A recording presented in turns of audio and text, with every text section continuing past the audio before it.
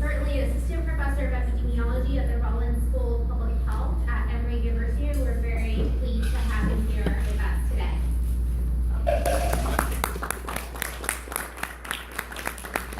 Thank you all. It's an honor to be here with this wonderful group, and I hope you all are doing okay. It's a long day, isn't it? You need to stand up while she's getting the slides up. You might need to just stretch for a minute.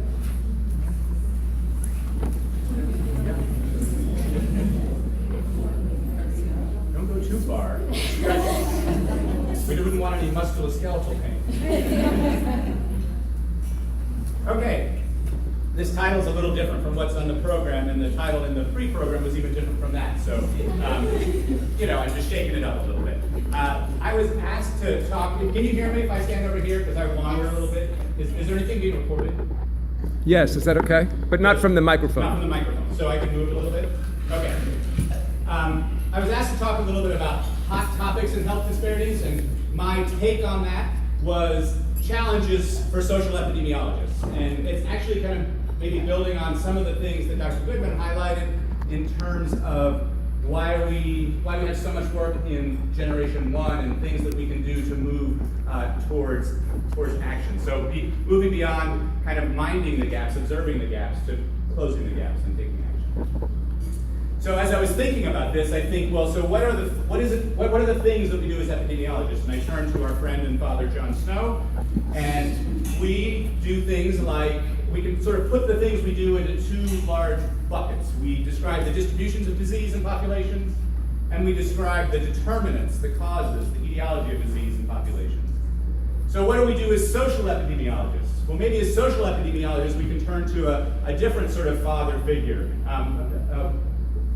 W.B. Du Bois was mentioned earlier as sort of an early American social epidemiologist in his work in the Philadelphia Negro, describing the health and the social status simultaneously of people in Philadelphia. So as social epidemiologists, we describe the social distribution of disease between and within populations, and we describe the social determinants of disease between and within.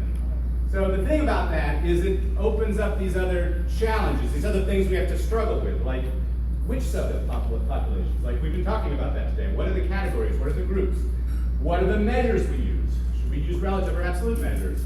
At what level? Are we talking about a very proximal determinants of health? Are we talking about macro-social? Are we talking about something in between? And then for what purpose? Are we just interested in the pursuit of knowledge without respect to the potential for translation? Or are we really interested in targeted action that can be readily translatable? When I think about these things, and sometimes when I teach social epidemiology, I like to start with thinking about what do we even mean by individual health and population health. And I think Jeffrey Rose's sort of classic paper on sick individuals and sick populations helps us think about this idea of what does it mean to influence a population, a subgroup.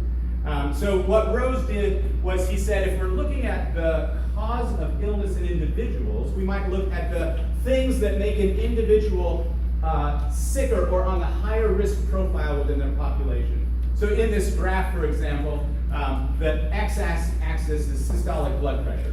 And so you could imagine that having a higher systolic blood pressure is bad. So an individual approach says what puts people in the right-hand tail of the distribution. But if we're looking at population health, we might not ask who gets into the right-hand tail, but why our two populations have entirely different distributions to begin with.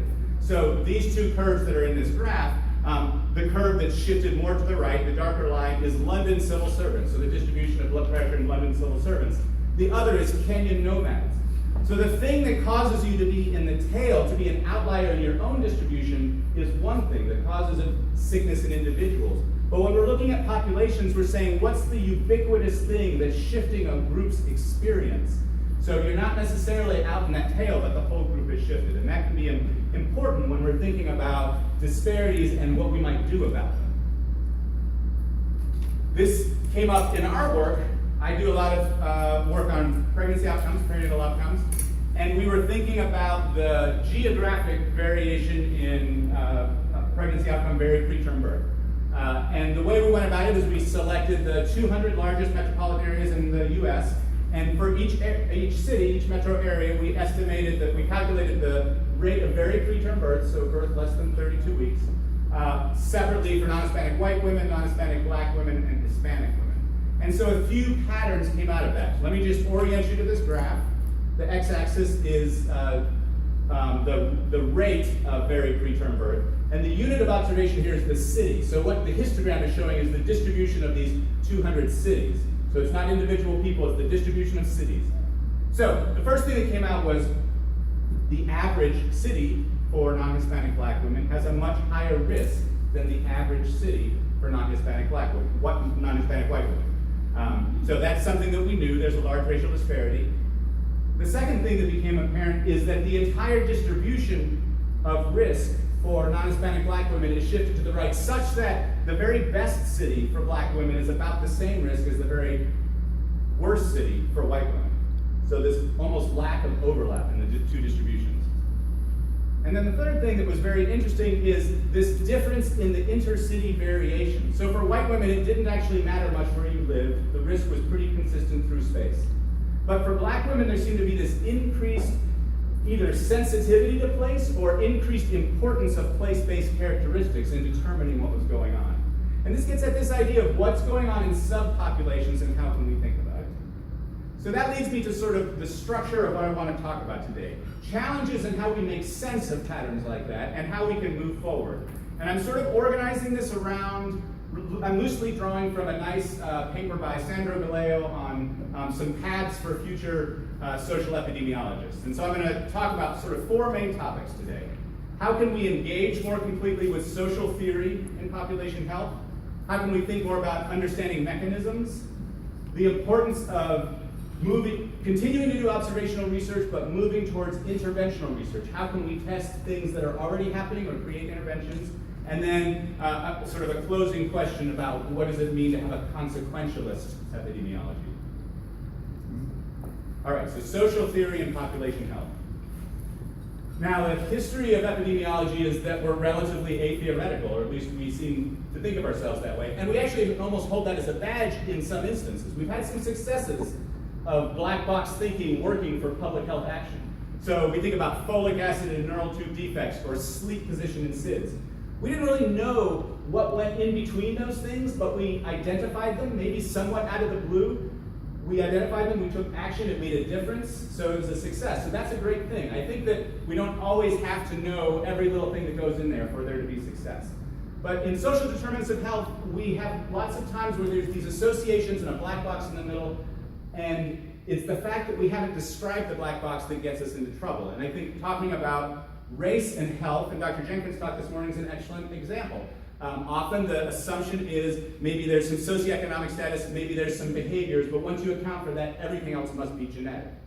That's actually not atheoretical, that's an implicit rather than explicit theory that there are those three things that cause health. It's a very biomedical framework. So there often are either an absence of theory or an implicit imposition of theory that isn't really being critiqued. So race and health, neighborhood and health, poverty and health, just finding the association doesn't help us understand it nor think about what to do about it. We have a long history of this sort of a medical model, and if we think of the medical model now as sort of truth and fact, but if we look at the history of the medical model, it's varied a lot through time. Here's our old version of the medical model where there were the four humors that made you sick. And so the idea that physiology, anatomy, and biochemistry characterize the contemporary biomedical theory of epidemiology, that's one theory. So how can we think about theories that are relevant for the social determinants of health? Now, how can we think about theory? Because it's not something we teach a lot in school. There's lots of ways to go about it. I'm not going to I'm going to give an advertisement for this book. I'm not pushing the book. But Nancy Krieger's book, Epidemiology and the People's Health, is really, if you know how Nancy Krieger writes, it's densely written, but it is a really excellent overview of the way theory has been applied to health across a big span of time, including a really rich discussion of social theory and the social determinants of health. So we do have resources directly connected to public health. I think we can also begin to contribute more to that literature, to think more critically about what do these associations mean. It's not just a risk ratio, it's something going on, and what's the explanation for it. So, as we've seen a couple times today, and Dr. Jenkins introduced so well, I actually want to use this infant mortality picture that he started with as an example about how, at least in my mind, theory helped me move beyond a picture that was sort of maybe unclear in its meaning, to try to think about, well, what might that mean? And that's the racial disparity in infant mortality in the 20th century. So as we've already seen, this is the infant mortality rates. So time is on the x-axis from 1900 to 2010. The sort of orangish line it's labeled non-white, because in the early part of the century, race was white and non-white. And then the blue line is white. Now, that picture there translates into a disparity, as Dr. Goodman said. It could be a relative disparity or an absolute. So we could calculate both of them, and here, in fact, is both of them. Just to orient you, the blue line is the rate difference, the black-white rate difference, and the scale is over here. The orange line is the rate ratio, and the scale is over here.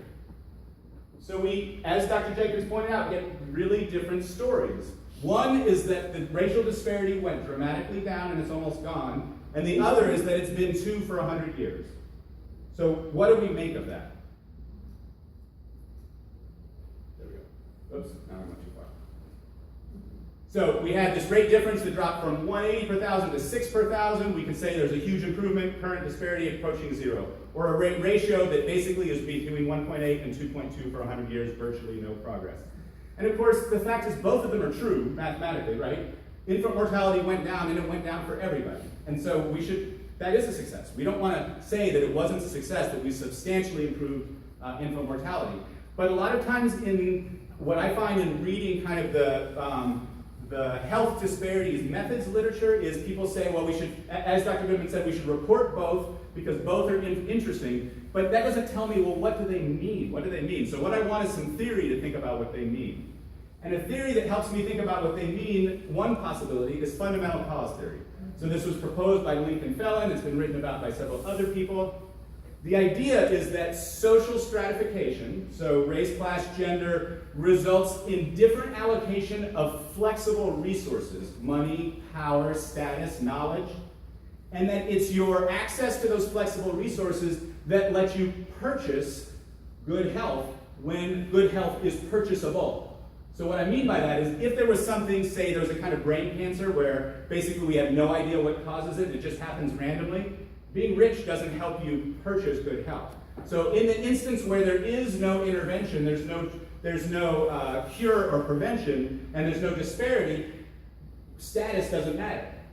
It's when there's a technology or a piece of knowledge or a behavior or a service that makes a difference that people with power, prestige, wealth have earlier access to that. So if we think about it in the context of the infant mortality idea, we can think of a differential diffusion of knowledge or technology or advancement. So we might not think that there was some intervention on infant mortality that was only available for whites and never available for blacks. It might not be that that's the case. What it might be is that every intervention was always available to whites earlier through political power, wealth, knowledge, transfer of information. And so if we think of this diffusion of innovation model, that new ideas don't distribute evenly in society, they distribute to people who have access to them. We see that as we talk about personalized medicine and genomic medicine and the potential that who's going to use those things first. It's not going to be people who probably have the highest health risks. It's going to be people who have the most resources. So the ways that new technology just almost inevitably can contribute to disparities. Just an example, I got a little cut off there, an example with respect to infant mortality. It's estimated that about 40% of the improvement in infant mortality in the first 40 years of the 20th century is simply due to municipal water filtration. So clean water made the biggest impact. It's also very clear that municipal water filtration was systematically available to white communities before it was available to black communities. It was eventually available to everybody. But what that means is if at every step that white curve got there a little bit first, that can explain why we can see everybody going down and still have this persistent disparity. So my point in that is that this theory gives us kind of a way of connecting the data to something in the world, and hopefully a way of thinking about, okay, what would we do as we get new technology, as we get new information? How do we ensure a better diffusion of information? So that's social theory, hopefully something we can think about more. Understanding mechanisms, this is something epidemiologists talk about a lot. In social epidemiology, we're getting there, but not really quite. So, again, I look a lot at racial disparity. We know that there is this line, I've got this dotted line between phenotypic race and preterm birth, which just indicates that there is a different pattern by race. So as I said, the sort of traditional biomedical model is something like this. There's some SES thing, usually vaguely defined. There's some set of behaviors, usually 2 or 3 of them, and we'll say that that's it. And then we'll control for those, and everything else is genetic. So that's an approach that we did for a long, long time. Based on the literature, we proposed a somewhat more complex model, which is still lacking in many, many ways.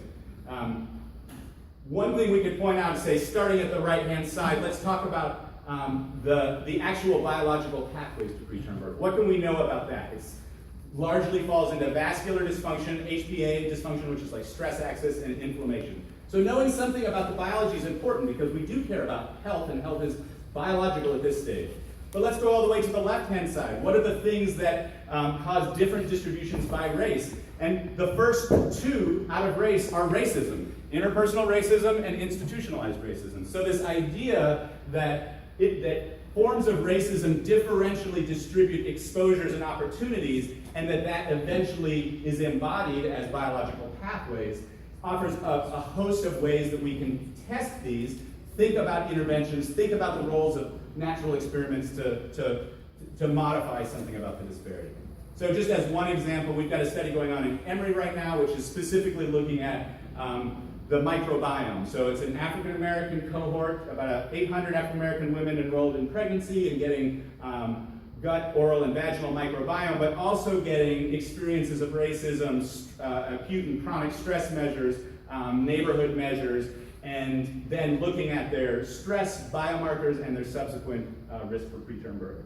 So getting all these detailed doesn't automatically mean that it can be translated into action. I think that's important to say. Sometimes the macro-social part is the part that's translatable into action. But if we're thinking about mechanisms, let's think about connecting levels. Let's think about connecting macro-social to embodiment, to physiologic processes, so that we can understand how that transfer happens. Another example of thinking about pathways and mechanisms, so the previous one was sort of at the individual level. This is all going on at the individual level. Arlene Geronimus had this weathering hypothesis, which is something that becomes apparent at the population level. And effectively what the weathering hypothesis is that the experience of chronic stress, which in her definition included perceived racism, poverty, homelessness, so social stressors, the experience of chronic stress modifies the relationship between maternal age and preterm birth. So that may or may not make any sense. Let me show you a picture.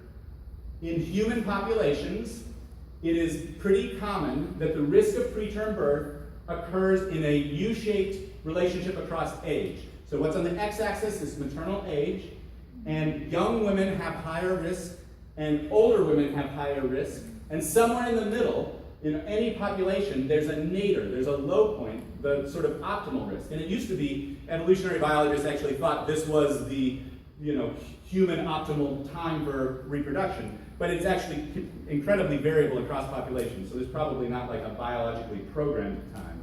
What Geronimus posited is that chronic stress prematurely ages women. It weathers them, and so it shifts that nadir point to the left. It makes it happen younger. And so here's just descriptively, this is just 2010 births from NCHS. The 2 orange lines are black women, and the 2 blue lines are white women. And in each case, we've got women with a bachelor's degree, and then the top lines for each racial group is women with no high school degree. So we can see that the women with no high school degree in each case have that nadir shifted to the left. So if the weathering hypothesis is accurate, this is evidence in support of that premature weathering.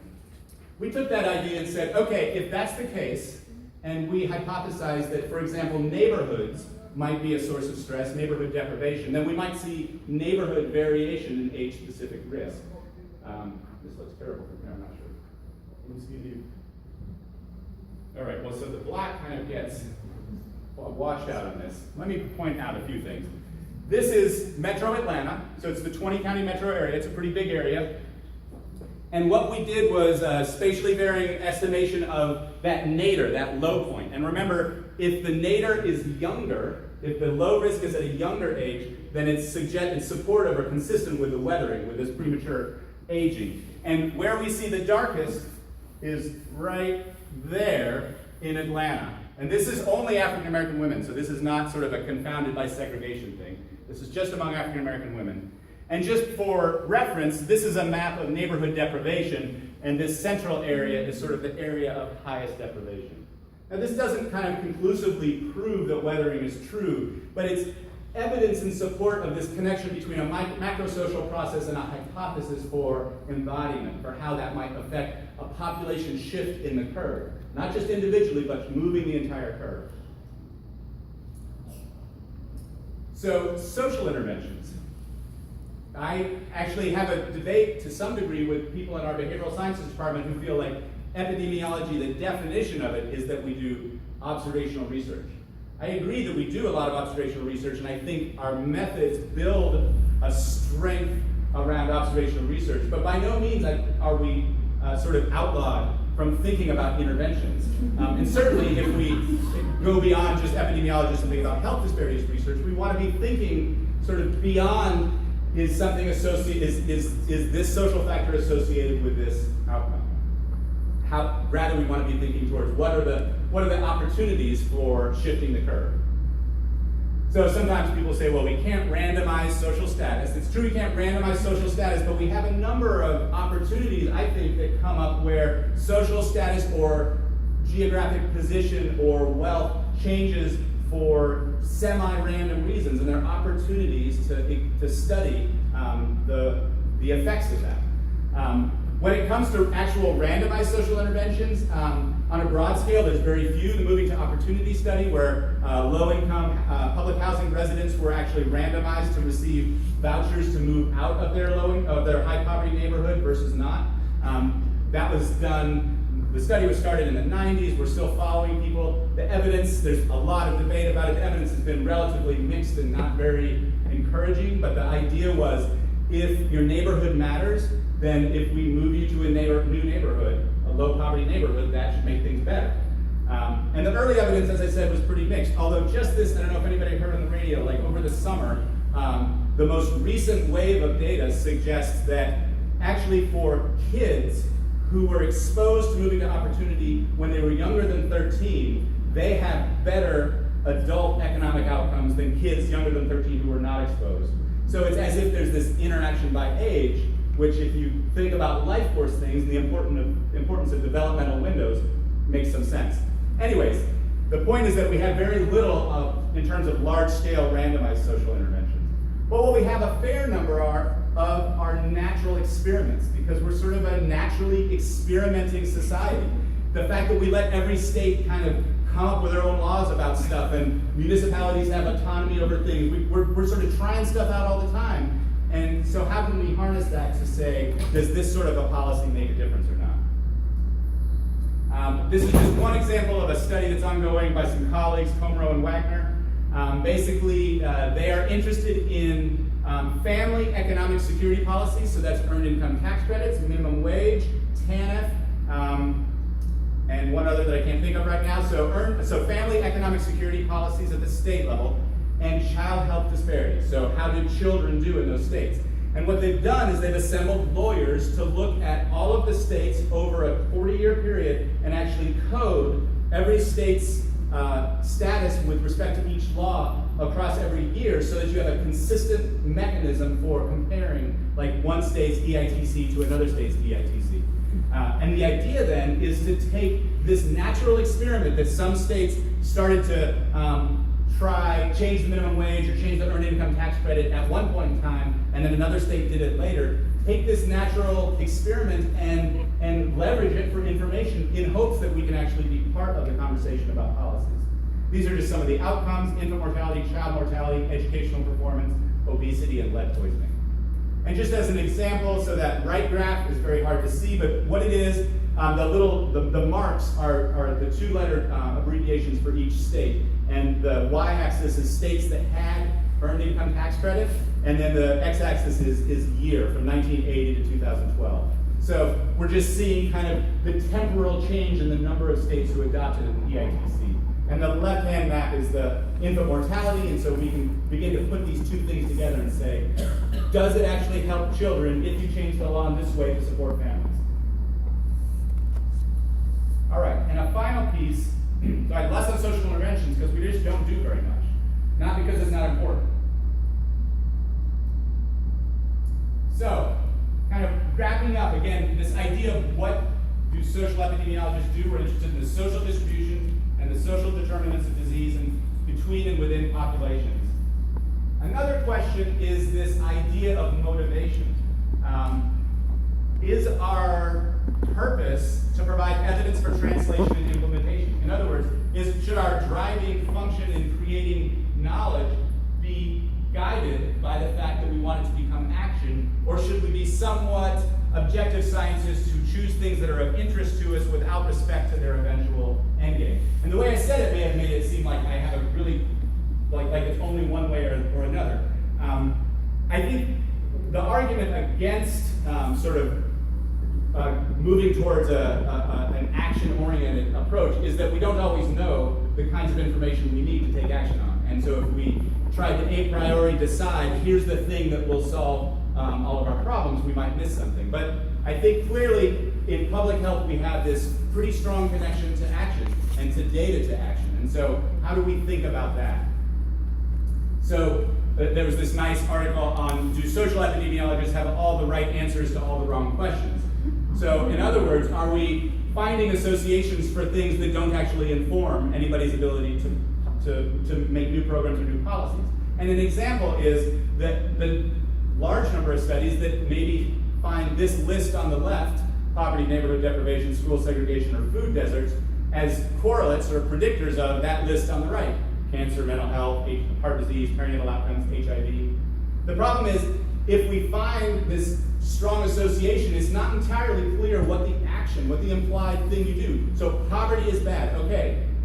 So then what? What's the next step? So the argument was we should switch to actually kind of testing explicit interventions. Does income supplementation change incidence of cancer? Does residential mobility, like the Moving to Opportunity study, does moving people to a low-income neighborhood change perinatal outcomes? Does providing a mobile farmer's market in a food desert actually change heart disease or HIV/AIDS? So what are the specific actionable things we can do? It doesn't necessarily mean that we shouldn't ask sort of political economy questions like, is poverty a net bad? I think that's still worth asking about kind of the fundamental economic relationships. But in terms of sort of moving the ball forward on action, what are the ways that we can operationalize our study slightly differently?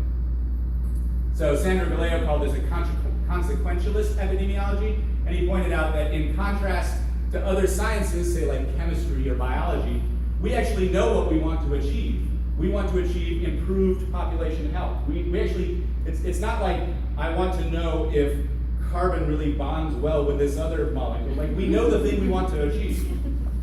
But the problem is, what are the other parts of that?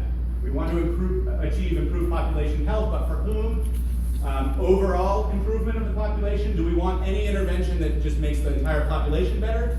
Do we want to close the gap? Do we want to bring the group with the worst risk up to the best risk? Are we willing to let the group with the best outcomes float down in order to close disparities? So there's lots of questions about what does it mean to improve disparities.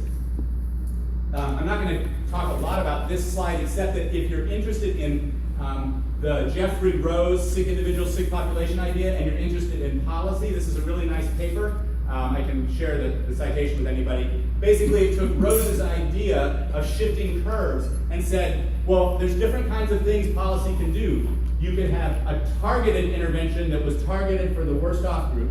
You could have a universal policy. You could have a redistributive policy, where you maybe take away from some and add to others. You could have a proportionate universalism. So they suggested many different ways that policy might go and asked, what would it do to the entire curve? So this is an interesting way to begin thinking about exposures and interventions.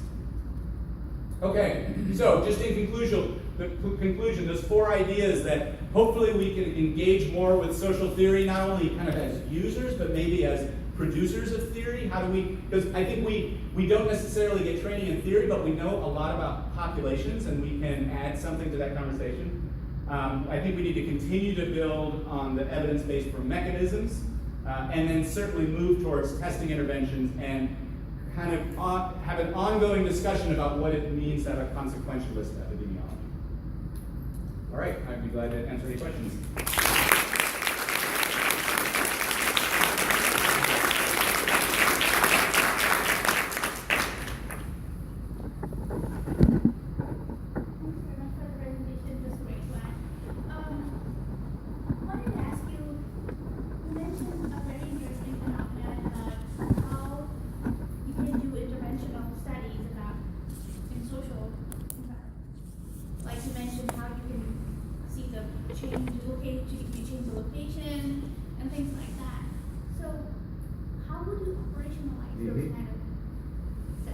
So in terms of study design and the statistics of it. Example. Yeah, exactly. Economists have been doing this for some time, actually, and policy analysts. So in terms of the example with the states, so I'm sort of tangentially involved in that study, and we're actually using a number of methods, but one is called a difference in differences, where you have a state that adopted a policy and a state that didn't adopt a policy. And you're basically, the challenge is confounding, right? That the state that didn't adopt it might be different in important ways. And so if we just compared the states, we might be confounding the association. So what we do is we look at how did we divide time up into 2 chunks, before state B adopted the policy and after. And so we look at how much each state changed from period A to period B, and then the difference between the 2 states. So one state is sort of serving as the control. It's basically saying maybe preterm birth went down for everybody because of a new obstetric intervention. Although usually obstetric interventions make preterm birth go up, actually. Maybe preterm birth went down for everybody, and maybe this state policy made preterm birth go down faster. So what we want to do is estimate the effect of the policy independent of that slope. So difference in differences is one approach. There's some econometric models. So there's a number of ways to go about it, and I think to some degree, methodologically, we need to borrow from other disciplines to think about that. I think following on what you just said, some of the studies that you kind of referred to, maybe that would be ideal to do, require collaboration between sociologists, people in economics, epidemiologists. Are there any structures that you know in place that have encouraged those types of collaborations, and how they work? Mm-hmm. How can we have more? How can we get more? That's a good question. I mean, well, so there's different parts to that. Structures in place that encourage collaboration. There are examples at population centers. So we don't have one in Atlanta, but population centers like demography centers are sort of by definition a bringing together of economics, geography, public health, sociologists, educational specialists. And so that's an example of how structurally universities, usually they get funding from NICHD to create a pop center, and there's only a handful of them in the country, but when they exist, they can be a place that nurtures that. I think kind of the more fundamental thing is it's hard to be interdisciplinary. We are trained in disciplines, and we often like to keep really crisp lines because it's part of our identity. So crossing lines is challenging, and so we have to find partners, and it just takes work, is what I would say. So I work a lot at meeting people, and relationships 9 times out of 10 don't go anywhere, and 1 time out of 10 end up in some sort of a positive kind of collaboration. Yeah, National Science Foundation used to do it. I mean, that's how we found out about participatory research, because we actually stole that idea from the science shops in Northern Europe. And so there are collaborations. Like, I don't know if they still fund those meetings. I wonder. But I can remember walking in and people, and I told them I was an epidemiologist, and people were saying that I was a scientist, and it never occurred to me that I was a scientist until I walked in one of them. Can I mention one other thing?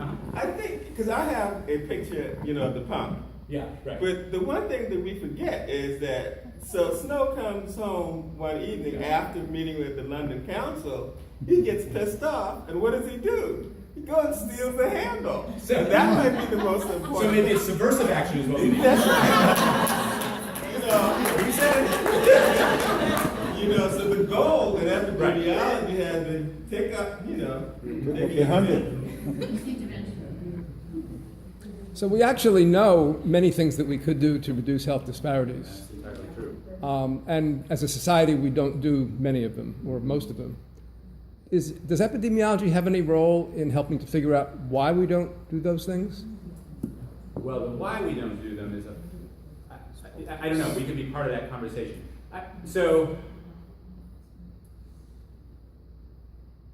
I think the sort of difference between fundamental economic change and incremental economic change, and whether the sort of political strategies are more or less sort of palatable at any point in time, informs that. So I actually think of this state health policy analysis as a gap that we don't have. So the thing that we know is that poverty is bad for families. So we could do something really dramatic to end poverty. And many people would say, well, we tried that and we can't do it. And I say, well, we didn't try it right. So we should try it again. But given that that doesn't seem to be in the policy space, things that are in the policy space are the hopefully future existence of food stamps and TANF and EITC. And are we contributing to the evidence base that either existing policies or pilot policies at least keep us at a baseline without slipping backwards? So I think that's sort of it's an engagement rather than a sort of a complete structural approach. Like how do we engage within this policy space? And it's not satisfying for everybody, but I think it's one thing that we can do to at least keep from losing supports that at least are if they prove to be supportive of families should be kept. I mean, it's possible too that we have programs that don't work, right? I mean, I'm assuming that EITC works for families, and if it doesn't, that seems like useful evidence too, and we'd like to think about what we could do that would be supportive of families. So I think we have some part to play. I think the Pope has a stronger place to stand from in talking about the fundamental problem of inequality, kind of the moral problem of inequality. But is there an understanding question in that? In other words, what does it lead some people with power and influence to exacerbate inequality and defend it, and others to work to ameliorate it, or ameliorate the negative consequences? Right. So you could take a political economy perspective, which is that somebody's benefiting from everything that happens. Mm-hmm. And so calling that out, identifying, so in the city of Atlanta right now, we're a relatively segregated city. We are undergoing a process of cityhood in the northern part of DeKalb County and Gwinnett County, which it's mostly DeKalb County. It's basically, there's a lot of politics around it, and I'm going to characterize it in more black and white terms than it is. It's probably a little grayer. But it's mostly about higher income communities removing their tax base from the county coffers. So it's effectively a pro-segregationist agenda. But it's couched in terms of frustration with corrupt government and a lot of things that we all can. There are opportunities to talk about who benefits from those things and connect it. In our case, we're interested in connecting it to health. Connect, like I would be interested in seeing this, what's the impact of cityhood on people who stay and people who basically had to move because housing became unaffordable? And can that be part of the conversation?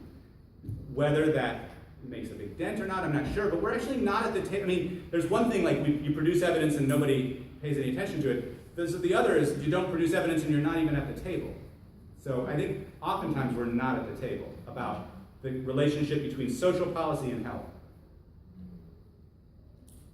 I'm sorry, Yeah. Cecil. Yeah. But I think that we don't understand, let me put it this way. 200,000 poor whites who never had a chance in their life of ever owning a slave gave their lives in the Civil War for something they could never have. Why did they do that? Because they wanted to feel better than they wanted to feel better than somebody else? I think that might be part of it, but I think we don't study that group. We don't study the Tea Party. We do not really understand who those people are. You know, what is a guy saying when he says President Obama is a Muslim? I mean, what is behind that? You know, because he can't really be that stupid. So he does it because of something else that maybe it's just me, that I personally don't quite understand. Right. And even more important, what can I do to engage with that person that I don't understand? Well, I think economic fear is part of it. I think a fear of losing something to somebody else you perceive as getting it. And it makes kind of this engagement with economic policy all the more important because, you know, fear drives bad things. Fear drives bad things. So policies that support poor white families are certainly part of, I mean, addressing poverty is clearly, I think King's move towards poverty as the focus was an important time, and lots of people would say the time when kind of the powers that be became more antsy about what he was saying too, because it's getting more at the heart of the problem, or at another part of the problem. I just wanted to make a couple of observations about the going back to this young lady's point. I have one foot in health education, other in healthcare, and I teach undergraduate students in that field. And allied health is already ahead of the curve in terms of interprofessional education. They're getting that in school, so they're already learning to reach across the disciplines. And so our health education faculty are already getting on board about how do you get someone in that department to help, you know, the behavioral science people, for example, with community level intervention. And then how do you get someone who's only interested in kind of a micro environment to start thinking more about population health. So they're already doing this stuff. I don't think we do it enough, just even in our own school of public health, for example. So that's something I think we need to do. The other thing, I keep hearing a repetitive theme about, you know, the scientists as activists, right? And so I think, you know, you want to uphold research standards, but then there's this motivation, you know, that keeps that fire going in spite of whatever else is going on. That my work, if I can measure it correctly, if I can get the word out there, if I can network across disciplines, that we can actually begin to move the marble to help the least of these and those who seemingly on top of the world, both of whom experience self-disparity, you know, get ahead. And, you know, I just keep looking back at WHO's social gradient. When you leave people behind, society as a whole suffers.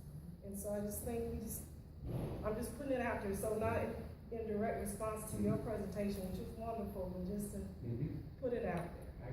I agree. I think there's lots of opportunities for collaboration, and there's lots of ways to, whether it's through communication and identifying the data and being part of conversations, that can